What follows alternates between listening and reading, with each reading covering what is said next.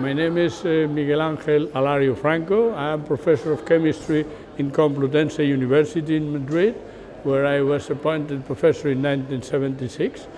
And then I've been doing research in solid state science, something which I learned in great part in Aberystwyth. Among the things that I've done has been I was Dean of Chemistry in Madrid and then President of the Spanish Academy of Sciences for a period. I've been in many other places, and I got an interesting research group with more than 120 people coming from all over the world to work there. This is something interesting in Spain, especially in the time we started. Now it's a little more general. You know, we intellectuals and professors, we love the place where we learn.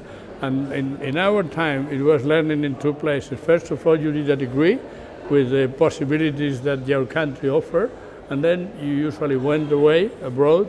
And I went to Aberystwyth, and I was very fortunate because I found kind of the source of all knowledge I wanted to have or to know where the knowledge was. And so to become a fellow of the university means that the institution considers that I did something interesting. I wouldn't say relevant, but at least interesting. So it's an honor and a very big satisfaction. For people, for human beings, memories are important, and you have to refresh memories from time to time.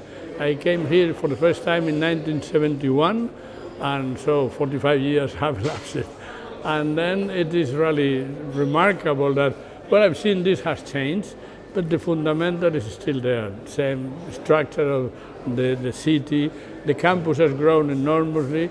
The ambience is probably even more joyful than then. I've been only for a short time.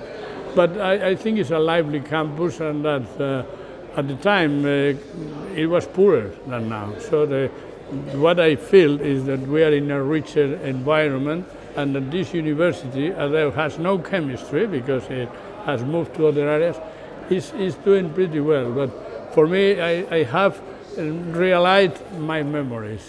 That's good.